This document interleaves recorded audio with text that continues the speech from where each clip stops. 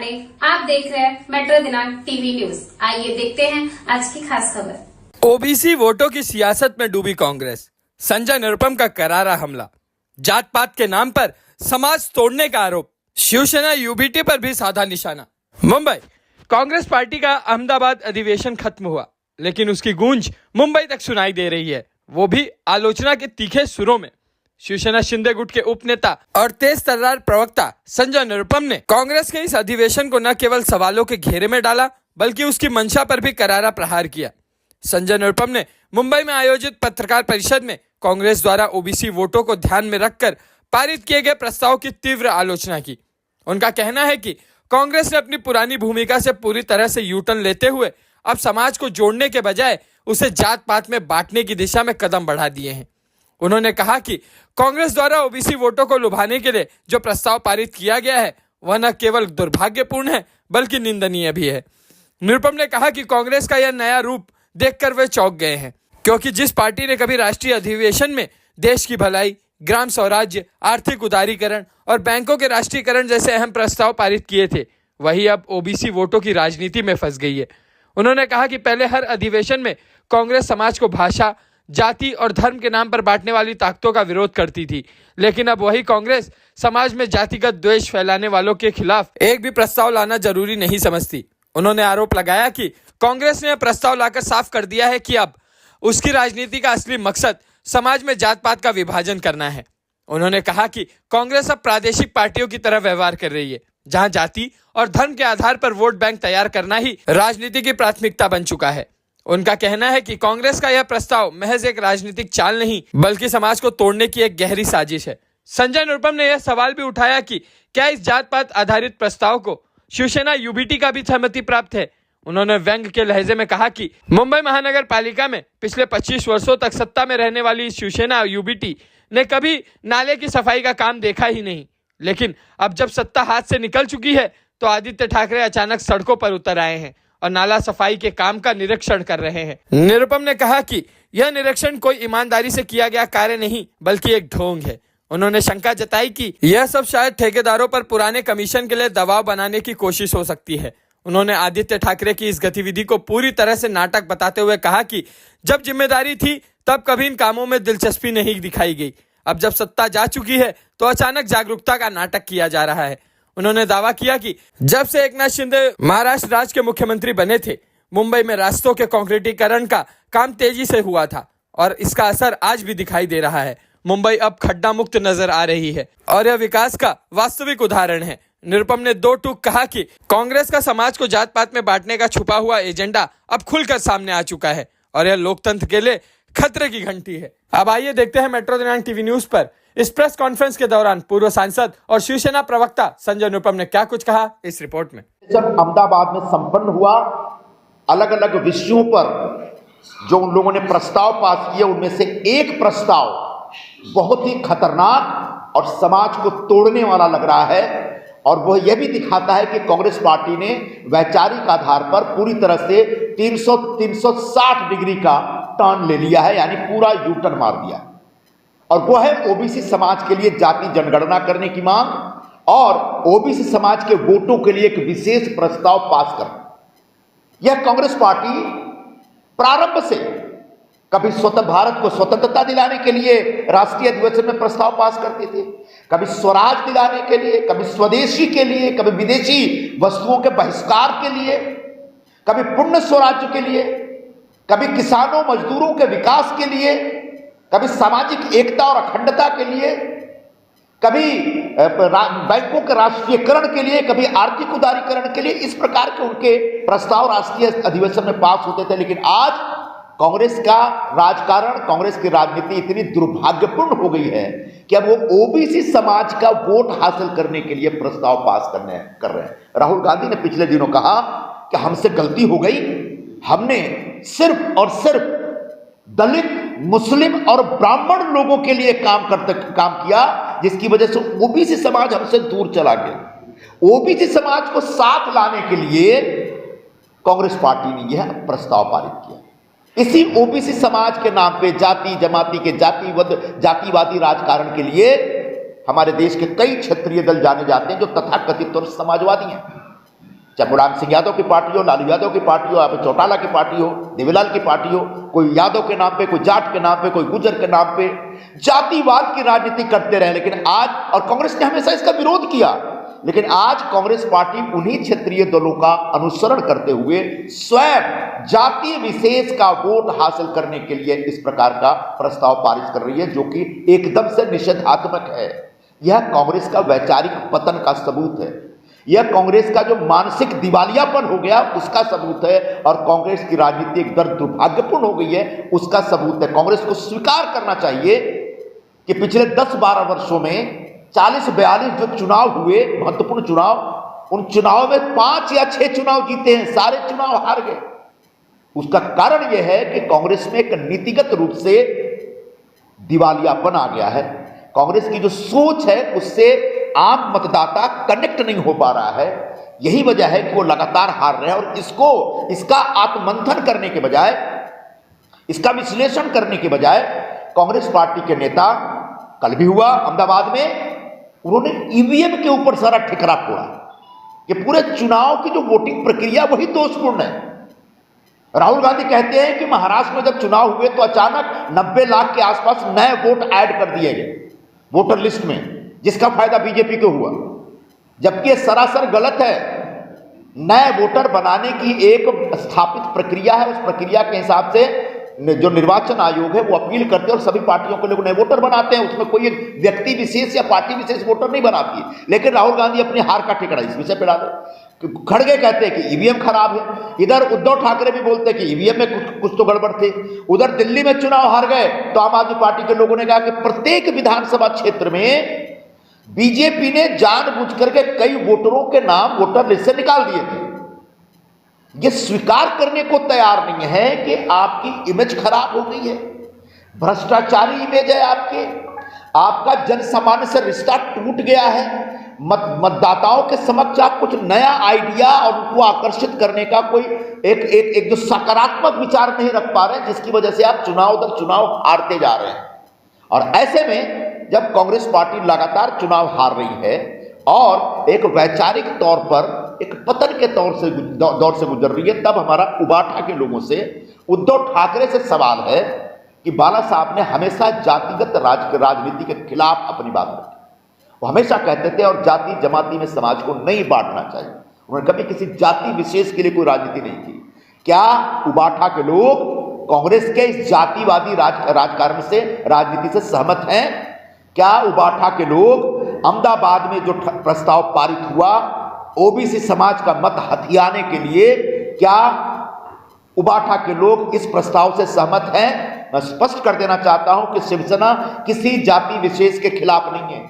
OBC समाज हमारे समाज का एक अभिन्न अंग है और उसका विकास होना चाहिए, उसका कल्याण होना चाहिए, लेकिन उसके वोटों के लिए बाकी समाज को दूर करना और बाकी समाज की निंदा करना यह सरासर गलत है, क्योंकि कांग्रेस पार्टी ने इसी प्रकार की हरकत की है। तो ऐसे में जब कांग्रेस का वैचारिक पतन हुआ है तब उबाठा से हमारे मन में सवाल है, क्योंकि महाविकास आघाड़ी में उबाठा और कांग्रेस एक साथ दिखते। इसी प्रकार से आदित्य ठाकरे जो कांग्रेस उबाठा के पूर्व मंत्री हैं और वर्ली के विधायक हैं, आमदार हैं, वो पिछले दिनों वर्ली गए और वहां पर जो सड़क का निर्माण कार्य चल रहा है, जो नालों की सफाई का काम चल रहा है, उसका मुआयना है। उन्होंने कहा है कि मैं नाला सफाई देखने के लिए दौरा करूंगा, जायजा लेने जाऊंगा। 25 वर्षों तक उबाठा की सत्ता मुंबई महानगर पालिका में थी, कभी आज तक उन्होंने नाले सफाई का दौरा नहीं किया, नाला सफाई का जायजा नहीं लिया, मुआयना नहीं किया, क्योंकि जब ये सत्ता में तो नाले सफाई में ये हाथ की सफाई करते थे। हर साल नाले सफाई के नाम पे करोड़ों रुपए का कमीशन खाते थे, और आज जब इनकी सत्ता नहीं है और उनको कमीशन नहीं मिल रहा है तो नाला सफाई देखने जा रहे हैं। जब इनके जमाने में नाला सफाई होता था तो मुंबई में बाढ़ आ जाती थी, हर बारिश में मुंबई डूब जाती थी। लेकिन हमारे पास जब से सत्ता है तब से नाला सफाई सही ढंग से हो रहा है और मुंबई में बाढ़ का पानी कभी भरा नहीं, बारिश का पानी कभी भरा नहीं। ये बेशक जा सकते हैं, लेकिन जो कमीशन खाया नाला सफाई के नाम पे उसके ऊपर भी खुलासा करना चाहिए। रस्तों की बात, उन्हें कहा रस्तों में ये हो रहा है। जब इनकी सरकार थी तो हर बारिश में मुंबई के रस्तों में पॉट होल दिखते थे। आज हालात ये है कि पिछले 2-3 वर्षों से हमारी सरकार है, महानगर पालिका पे इनकी सत्ता नहीं है। मुंबई में रास्तों का कंक्रीटीकरण हो रहा है और उसका नतीजा यह है कि किसी भी बारिश में, पिछले 2-3 वर्षों में किसी भी बारिश में मुंबई की सड़कों पे पॉट होल नहीं दिखे। क्यों? क्योंकि हमने कॉन्ट्रैक्टर से कमीशन नहीं खाया। आप कॉन्ट्रैक्टर से कमीशन खाते थे, इसलिए न तो रास्ते बनते थे, न नाले की सफाई होती थी, न पॉट होल भरे जाते थे। तो आपने महानगर पालिका में रहकर इतने घोटाले किए हैं, और इतने घोटाले के बाद जब आपके पास सत्ता नहीं है, तो उन कॉन्ट्रैक्टर्स को दबाव में लाने के लिए, उन कॉन्ट्रैक्टर्स को हड़काने के लिए, उनको धमकाने के लिए आप एरिया का मुआयना करते हैं ताकि वो कॉन्ट्रैक्टर दबाव में आपको कमीशन दे। हम ऐसे कॉन्ट्रैक्टर को कमीशन नहीं देने देंगे। आप बेशक मुआयना करिए रास्तों का, नालों का, यहां पर कोई घोटाला नहीं हो रहा है। पूरे मुंबई में सभी लोगों को एक सही सलामत रास्ता और नाले की सफाई मुहैया कराने हम जा रहे हैं। सर 26/11 तहफ्फुर राणा 26/11/2008 में जब मुंबई में आतंकवादी हमले हुए थे, जिसमें 166 से ज्यादा लोगों की जान चली गई थी, हमारे कई जाबाज पुलिस वालों की जान चली गई थी, उस पूरे आतंकवादी हमले का मास्टरमाइंड डेविड हेडली का विशेष साथी रहा है। यह अपने आप में भारत सरकार की बहुत बड़ी उपलब्धि है और मुंबई के जो आतंकवादी घटना में मारे हुए लोग हैं, जो शहीद हो गए हमारे लोग हैं, उनके परिवार को बहुत बड़ी राहत मिलेगी। तब तहफ्फुर राणा के यहाँ आने के बाद मैं डिमांड करूंगा, मांग करूंगा कि भारत सरकार और एनआईए तमाम न्यायिक प्रक्रिया के बाद, तमाम जांच प्रक्रिया कंप्लीट करने के बाद राणा को फांसी दे और सरेआम फांसी दे, ताकि मुंबई के निरपराध और निर्दोष लोगों की जो जान उसने ली है उसकी सजा उसको मिले। सर, वक्फ बोर्ड बिल को लेकर बंगाल में सरकार से तोड़-फोड़ की जा रही है, क्या इसके पीछे ममता बनर्जी का हाथ है? ये सिर्फ और सिर्फ ममता बनर्जी की वोटों की पॉलिटिक्स है। वक्फ बिल, जो वक्फ संशोधन विधेयक था, जो वक्फ कानून बन गया अभी, उसके खिलाफ हिंदुस्तान के मुल्ला मौलवी थे, जिनको वक्फ के नाम पर करोड़ों रुपए की कमाई होती थी। अब उनकी कमाई पर नजर रखी जा रही है।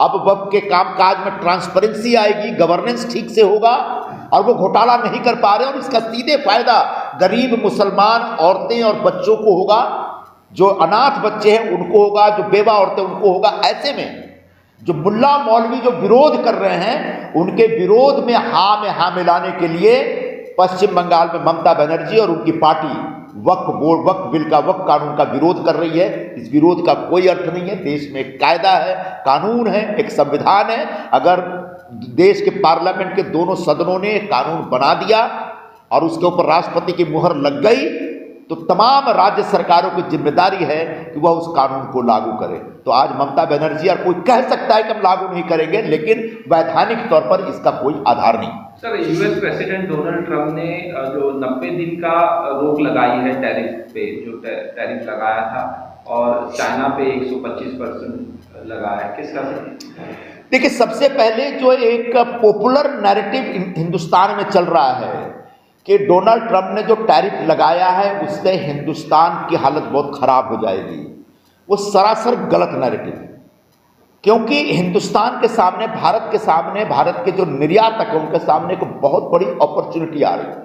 कई देशों के ऊपर ज़्यादा टैरिफ है, हमारे ऊपर कम टैरिफ है, खासकर चाइना के साथ कंपीट करके हम मार्केट में, यूएस मार्केट में बहुत अच्छे ढंग से कमाई कर सकते हैं। और एक आंकड़ा आया है कि लगभग 2 लाख करोड़ का फायदा फॉरेन एक्सचेंज हमको मिल सकता है। तो ये एक बात होगी। दूसरी बात, चाइना के साथ जो ट्रेड वार डोनाल्ड ट्रंप कर रहे हैं वो उनका आपस का विषय है, लेकिन बाकी राज्यों, बाकी देशों के ऊपर जो टैरिफ बढ़ाया था उसको उन्हें स्थगिति दी है, उसके ऊपर स्टे दिया। वो निश्चित तौर पर एक स्वीकार करने लायक बात है। हम उनको धन्यवाद देते हैं। आने वाले दिनों में जो भी टैरिफ के बारे में डिसीजन लेना चाहे बिल्कुल लीजिए, कोई दिक्कत नहीं है। प्रत्येक सरकार को अपने देश के डोमेस्टिक मैन्युफैक्चरर को बचाकर रखने का अधिकार है। अगर वो टैरिफ लगाते हैं तो हम भी टैरिफ लगा सकते हैं, क्योंकि हमें भी अपने डोमेस्टिक प्रोड्यूसर जो है, हमारे लोकल जो घरेलू उत्पादक है, उनके हितों और हकों की रक्षा करने की जिम्मेदारी बनती है। तो ऐसे में डोनाल्ड ट्रंप प्रशासन का यह जो निर्णय है 90 देशों के ऊपर, जो उन्होंने 90 दिनों के लिए तमाम देशों के ऊपर जो टैरिफ लगाया था उसको ऊपर स्टे देने का, वो स्वागत योग्य है। सर, राहुल गांधी ने जो आप ओबीसी को और लेके कर रहे थे कि उन्होंने जो 50% की सीमा है उसको बोले ज्यादा कर दिया जाए, उसके ऊपर बोला है, क्या कहना चाहते हैं? उसके ऊपर हमारा कोई ऐतराज नहीं हो सकता है कि सुप्रीम कोर्ट का फैसला होगा। पूरे देश में भारत सरकार के कानून के हिसाब से 50% से ज्यादा आरक्षण नहीं दिया जा सकता। कुछ प्रदेश ऐसे हैं, खासकर तमिलनाडु और मेरे ख्याल से कर्नाटका भी है शायद, जहां पर 50% से ज्यादा आरक्षण की व्यवस्था है। अगर पूरे देश में ऐसी कोई व्यवस्था करनी है तो चूंकि सुप्रीम कोर्ट का इस पर स्टे है तो सुप्रीम कोर्ट को एक कॉल लेना पड़ेगा, और सुप्रीम कोर्ट अगर अलाउ करती है तो निश्चित तौर पर तमाम राज्यों से और जितने स्टेक होल्डर है उन लोगों से बात करके सरकार एक फैसला कर सकती है। नॉन बेसिक जो लोग हैं, नेता है, उससे रिटायर होना चाहिए, उस पर क्या है? कौन? कांग्रेस के जो नॉन एक्टिव नेता है उनको रिटायरमेंट ले लेती है, ऐसे ये कांग्रेस का अंदरूनी विषय है, और निश्चित तौर पर कांग्रेस में ऐसे बहुत सारे निकम्मे या कर्मण्य टाइप के नेता हैं जो सिर्फ पोस्ट लेकर के बैठे हुए हैं। कुछ लोग जाति के नाम पे राजकारण करते हैं, कुछ लोग एक अपना रिश्ता है, संबंध, इस नाते राजकारण करते हैं। तो ऐसे में तमाम जो बुजुर्ग हो चुके हैं, जो रिटायरमेंट की एज तक पहुंच चुके हैं, ऐसे लोगों को राजकारण से रिटायर कर देना चाहिए। मुझे लगता है खड़गे जी स्वयं 80 से ज़्यादा उम्र के हो गए, वो भी रिटायर हो जाएंगे तो कांग्रेस के ऊपर बहुत बड़ा उपकार करके जाएंगे। सर, एक खड़गे का ये भी बयान आया है कि ये दूसरा वर्ल्ड वॉर है इंडिपेंडेंस के बाद बीजेपी के साथ लड़ने के लिए, इस तरह से। यही तो कह रहा हूँ, मैं यही कह रहा हूँ कि जो कांग्रेस बार बार कहती है कि आज़ादी की ये दूसरी लड़ाई है, संविधान के संरक्षण के लिए हम लड़ाई लड़ रहे हैं। आप पूरे देश को जाति जाति में बांटने का राजकारण कर रहे हैं। अपने राष्ट्रीय अधिवेशन में एक जाति विशेष का वोट हथियाने के लिए प्रस्ताव पास कर रहे हैं। यह स्वतंत्रता की लड़ाई हो सकती है? इसमें तो देश और बिखर जाएगा। जिस कांग्रेस ने राष्ट्रीय एकता और अखंडता की बात कही, जिस कांग्रेस ने कभी भी जाति, भाषा, धर्म के नाम पे देश में भेदभाव नहीं होना चाहिए, यह आग्रह रखा और इस आग्रह के आधार पर हमारा संविधान भी बना, आज वही कांग्रेस पूरे देश को जातियों में बांट रही है और कह रही है कि हम स्वतंत्रता की लड़ाई लड़ रहे हैं, या स्वतंत्रता की दूसरी लड़ाई लड़ रही है। कुछ नहीं, महज ढोंग है, तमाशा है और दिखावा है। संविधान के रक्षण के नाम पे जिस प्रकार से वोटों की राजनीति कर रहे हैं, जिस प्रकार से वो मतदाताओं को बदनाम कर रहे हैं, अलग अलग राज्यों की जनता का नाम खराब कर रहे हैं, वह कुछ नहीं, उनके अपनी राजनीतिक कुंठा का एक्सप्रेशन है। मगर सर, मनसेची मान्यता रद्द करण्याची सध्या मागणी केली जाते, परत एकदा मराठी वर्सेस उत्तर भारतीय आहे, तुमची काय म्हणणं आहे याविषयी? एका उत्तर भारतीय संस्थांनी सुप्रीम कोर्टमध्ये असा काहीतरी एक याचिका केलेली आहे, तो आता सुप्रीम कोर्टला एक निर्णय घ्यायचा आहे। पण मनसे मराठी भाषा बोलण्याच्या आग्रह साठी ज्याप्रमाणे उत्पात मचवतो, ज्याप्रमाणे गोरगरीब आणि निर्दोष निरपराध लोकांवर हल्ला करतो, त्यांची मारहाण करतो, तो चुकीचा आहे। मराठी भाषाचा सन्मान महाराष्ट्रात झालाच पाहिजे। जास्तीत जास्त लोकांना मराठीमध्ये बोलण्याची सवय ठेवली पाहिजे। शासकीय जो कार्यालय आहेत आणि गैर शासकीय कार्यालय, बँक आहेत, अजून काहीतरी सरकारी कार्यालय होऊ शकतात, तिकडे त्या विभागात मराठी भाषामध्ये बोलण्याची आणि कामकाज करण्याची एक व्यवस्था राहिली पाहिजे। याच्यावर कोणालाही मतभेद नाही, वाद नाही। पण या आग्रहासाठी तुम्ही बँकेचे अधिकाऱ्यांवर, कर्मचाऱ्यांवर हल्ला करणार, त्यांच्या कानफाटात मारणार, डीमार्टमध्ये जाऊन त्यांच्या कर्मचारीला बोलणार तू मराठीत बोल नाहीतर मारणार, कोणी वॉचमॅनला मारणार, हा चुकीचा आहे। आणि या आधारावर कोणी जर सुप्रीम कोर्टमध्ये गेलेला आहे तो आता सुप्रीम कोर्टला एक फायनल निर्णय घ्यायचा आहे। पण मी एक गोष्टी सांगू शकतो, महाराष्ट्राच्या लोकांनी हा जो एक दळभद्रीला आहे, आता मनसेच्या काही जनाधार नाही आहे। मनसेचे प्रत्येक उमेदवार पडत आहेत निवडणुकीमध्ये, आणि अशा परिस्थितीत सुप्रीम कोर्ट का निर्णय घेईल मला माहीत नाही। पण महाराष्ट्राच्या लोकांनी मनसेला एक कॉल दिलेला आहे की बाबा तुमची काही गरज महाराष्ट्रात नाही आहे, काही जरूरत नाही महाराष्ट्रात। कितनी बार तो बोल चुके हैं, कितनी बार तो बोल चुके हैं। सर, मेरा ये क्वेश्चन ये है कि जिस तरह से बोर्ड ने दोनों सदनों में प्रस्ताव पास हो गया, मगर मामला कोर्ट में गया, सुप्रीम कोर्ट में लेके गए हैं, जिसको लेकर कुछ मुस्लिम समाज के लोगों ने खुशी जाहिर की इसको लेकर। सुप्रीम कोर्ट में वक्फ कानून के खिलाफ लगभग 12 याचिकाएं पहुंच गई हैं, जहां तक मेरी जानकारी, हो सकता है कल परसों में 2 और बढ़ गई होंगी। संभवतः 15 तारीख को सुप्रीम कोर्ट इन सारी याचिकाओं को क्लब करके इसके ऊपर सुनवाई करेगी। और ये जो प्रक्रिया है, इस पर हमको कोई ऐतराज नहीं। देश में कानून बनाने का अधिकार संसद के पास है। वो कानून सही बना गलत बना, इसके ऊपर अंतिम निर्णय देने का अधिकार राष्ट्रपति महोदया के पास है। राष्ट्रपति महोदया ने मंजूरी दे दी है। अब यह कानून संविधान के चौखट के अंदर है या नहीं है, इस बारे में सुप्रीम कोर्ट एक कॉल ले सकता है, फैसला कर सकता है। और मुझे लगता है कि तमाम याचिकाएं इसी आधार पर सुप्रीम कोर्ट में गई हैं।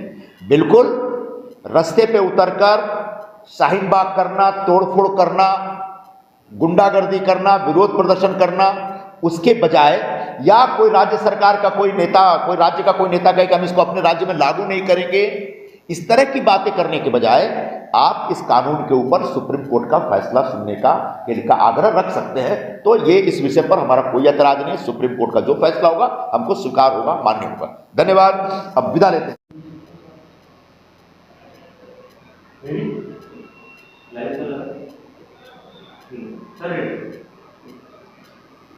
अहमदाबादमध्ये काँग्रेसच्या 2 दिवसीय राष्ट्रीय अधिवेशन झाला।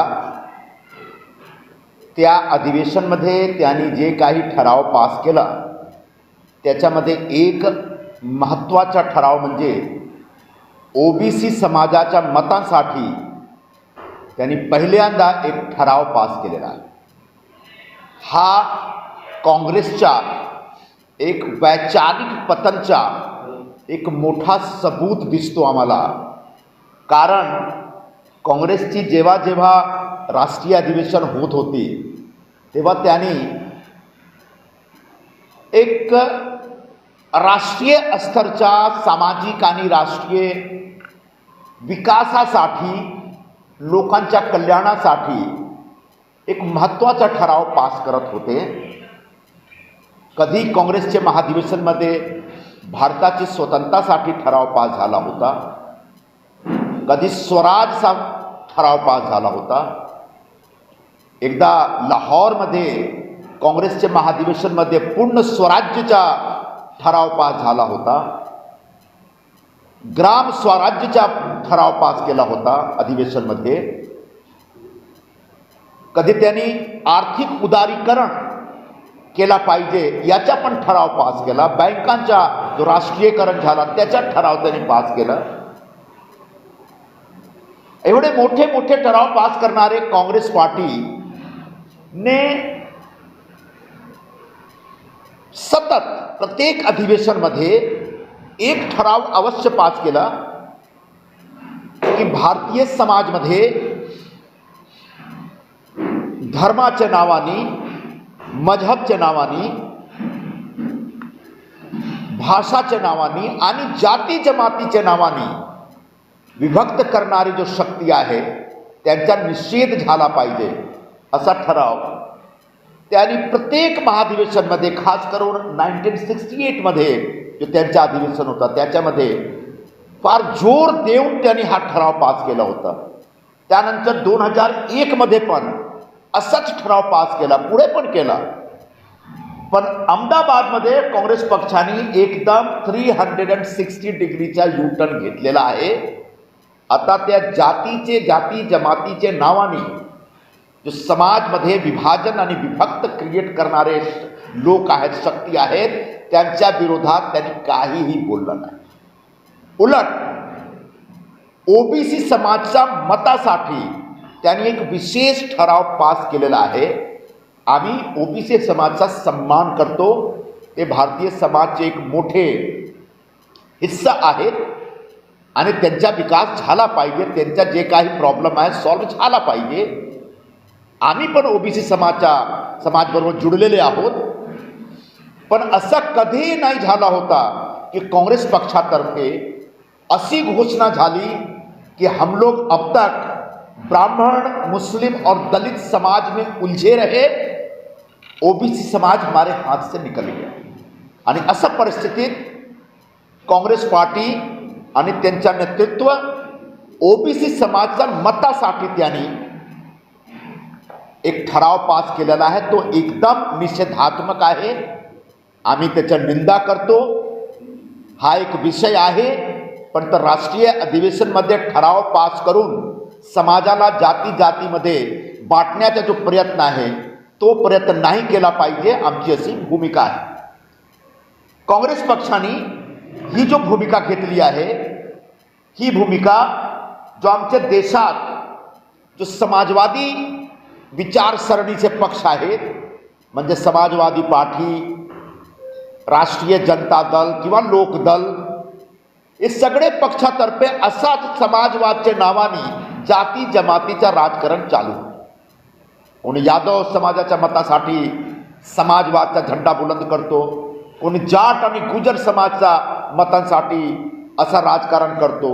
असं आम्हाला दिसतो की आता काँग्रेस पक्ष राष्ट्रीय पक्ष होण्याचा ढोंग करण्याऐवजी क्षेत्रीय जो दल आहेत त्यांच्या अनुसरण करणं सुरू केलेलं आहे.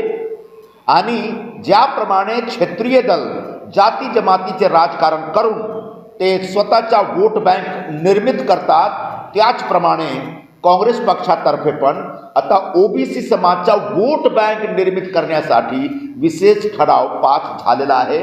आम्ही असा काँग्रेस पक्षाच्या असा ठरावावर एकदम स्पष्ट टिप्पणी आहे आमच्या की हा काँग्रेसचा वैचारिक पतन आहे, काँग्रेसच्या दलभद्री राजकारण आहे आणि काँग्रेसची मानसिक दिवाळखोरी झालेली आहे आता आम्हाला दिसतो. याच अधिवेशनमध्ये काँग्रेसचे राष्ट्रीय अध्यक्षने ज्याप्रमाणे ईव्हीएमवर त्यांचा स्वतःचा जो हार आहे, पराजय आहे, त्याचा ठिकरा फोडलेला आहे, तो पण चुकीचा आहे. म्हणजे तुम्ही हरियाणात पडलं, महाराष्ट्रात पराभूत झाला, दिल्लीत पराभूत झाला, याच्या मागे लोकांचा जो मत आहे तो तुमच्या विरोधात गेला. आणि जेव्हा तुम्ही सांगता की वोटिंग सिस्टममध्ये काहीतरी दोष आहे, कमी आहे, म्हणजे तुम्ही या राज्याच्या जो लोक आहेत, जो मतदार आहे, त्यांचा अपमान करता. राहुल गांधी बोलतात की महाराष्ट्रात खूप सारे नवीन वोटर ॲड झालेले आहेत आणि त्याच्यामध्ये काहीतरी घोटाळा आहे. 70-80 लाख किंवा 90 लाख वोटरचा तो काहीतरी एक आकडा देतात, एक फिगर देतात. इकडे उबाठावाले सांगतात की ईव्हीएम मध्ये काहीतरी प्रॉब्लेम होता. दिल्लीच्या जेव्हा निकाल आला तेव्हा आम आदमी पार्टीने सांगितलं की इकडे काहीतरी प्रत्येक मतदारसंघात त्यांनी वोट कापून ठेवलेला आहे, वोट कमी केलेला आहे, वोटरच्या नाव रिमूव्ह केलेला आहे, यामुळे आम्ही पडलो. हा एकदम बहाणा आहे आणि मतदारांचा अपमान आहे. असा कधीही काँग्रेसतर्फे नाही बोलला पाहिजे. काँग्रेसला एक आत्ममंथन करण्याची गरज आहे. ते त्यांच्याकडून मतदार का लाभ होत आहेत याच्या काहीतरी त्यांच्या नीतिगत, त्यांच्या धोरणात्मक जो विषय आहे त्याच्यामध्ये काहीतरी खोट आहे, त्रुटी आहे. त्यामुळे काँग्रेस आणि त्यांचे जो सहकारी आहेत त्यांच्याबरोबर आता मतदार लांब होत आहेत. हा वस्तुस्थिती आहे. आता आम्हाला उबाठाची एक प्रश्न विचारायचा आहे. बाळासाहेब जाती जमातीचे राजकारणाच्या विरोधात होते. त्यांनी हमेशा एक असं सांगितलं की जो काँग्रेसवाले आहे समाजमध्ये विभाजन टाकतात आणि जातीचे नावाने राजकारण करून एक संपूर्ण समाजमध्ये एक बिखराव पैदा असा आणून देतात आणि यासाठी त्यांनी कधीही जाती जमातीचं राजकारण केलं नाही. आता उबाठाचे नेते उद्धव ठाकरे यांच्याशी आमचा प्रश्न आहे की तुम्ही काँग्रेस पक्षाने जो जाती जमातीच्या आधारावर ठराव पास केलेला आहे त्याच्याबरोबर तुम्ही सहमत आहात का? तुम्ही ॲग्री करता का? तुम्ही पण काँग्रेस सारखा जाती जमातीच्या राजकारणामध्ये आता आता आता सामील होणार का? हा आमचा एक उबाठाची एक प्रश्न आहे आणि या प्रश्नाचा जबाब आम्हाला पाहिजे. असाच उबाठाचे पूर्व मंत्री, वर्लीचे आमदार आणि नेते आदित्य ठाकरे काल वर्लीमध्ये होते आणि वर्लीत जाऊन 2-3 घोषणा त्यांनी केली. एकतर असा आम्हाला वाटतो की आदित्य ठाकरे वर्ली जाऊन रस्त्याच्या कामाची पाहणी करत असताना ते फक्त ठेकेदारांवर दमदाटी करतात. ठेकेदारांवर, कॉन्ट्रॅक्टरवर दमदाटी करून काहीतरी कमिशन घेण्याची त्यांची मानसिकता असतो असं आम्हाला दिसत असतो. त्यांनी सांगितलं की नाले सफाईची पाहणी तो करणार. गेल्या 25 वर्षापासून उबाठाची सत्ता BMCवर होती. कधीही नाले सफाईची पाहणीसाठी ते गेले नाही. आता का 25 वर्षपर्यंत उबाठा सत्तेत होती महानगरपालिकामध्ये, त्या दरम्यान त्यांनी रस्त्याच्या कामामध्ये घोटाळा केला, नाले सफाईमध्ये हातची सफाई केलं प्रत्येक वर्षी, दरवर्षी. त्याचप्रमाणे महानगरपालिकामध्ये जे काही काम होतं ते काम करणारे जो कॉन्ट्रॅक्टर आहेत त्यांच्याकडून कमिशन घेणं हा त्यांचा जॉब होता. आता त्यांच्याकडून सत्ता गेलेली आहे, यामुळे ते कॉन्ट्रॅक्टरवर एक ठपका ठेवण्यासाठी, कॉन्ट्रॅक्टरवर दबाव आणण्यासाठी आणि कॉन्ट्रॅक्टरवर करून काहीतरी कमिशन घेण्यासाठी असं प्रकारच्या ते एक ॲक्टिव्हिटी करतात आम्हाला असं वाटतो. आम्ही जो ठाकरेजी जो गेले होते वर्ली आणि रस्त्याची पाहणी केली, त्यांच्या एकच माहिती आम्ही त्यांना देऊ इच्छितो की जेव्हा तुमची सत्ता होती प्रत्येक पावसात मुंबईमध्ये पॉटहोल दिसत होता. मुंबईमध्ये रस्ता म्हणजे नालेसफाईमध्ये घोटाळा, रस्त्याच्या पॉटहोल भरण्यामध्ये घोटाळा. पण जेव्हापासून एकनाथ शिंदे साहेब मुख्यमंत्री बनलेत आणि त्यानंतर आमची सरकार सुरू झाली आणि मुंबईमध्ये सर्व रस्त्याचा जो कॉन्क्रिटीकरणचं काम चालू आहे त्याचा एक जो नतीजा आहे, त्याचा एक जो रिझल्ट आहे तो असा आहे की आता मुंबईमध्ये पॉटहोल दिसत नाही. पाऊस गेला वर्षी पाऊस आला आणि गेला, पण कुठेही पॉटहोल दिसला नाही मुंबईमध्ये. म्हणजे कॉन्क्रिटीकरणचा जो काम होता तो एक केला पाहिजे होता, पण 25 वर्षापासून ते काहीही 25 मध्ये काही केले नाही. आणि यामुळे मुंबईमध्ये प्रत्येक रस्त्यामध्ये प्रत्येक पावसाळीत पॉटहोल होतो आणि नाले सफाई कधीही नाही झाला. यामुळे मुंबईमध्ये एक जबरदस्त एक असा पूरची परिस्थिती प्रत्येक पावसामध्ये उपस्थित होत होतो. तो जो उबाठावाले आता जो ढोंग करतात त्या ढोंगचा आम्ही निषेध करतो आणि त्याने जो कमिशन खाल्ला आहे त्या कमिशनबद्दल त्यानं स्पष्टता बोलला पाहिजे मुंबईच्या लोकांच्या समोर येऊन. हा झाला मराठीमध्ये, आता हिंदीमध्ये सुरू करू.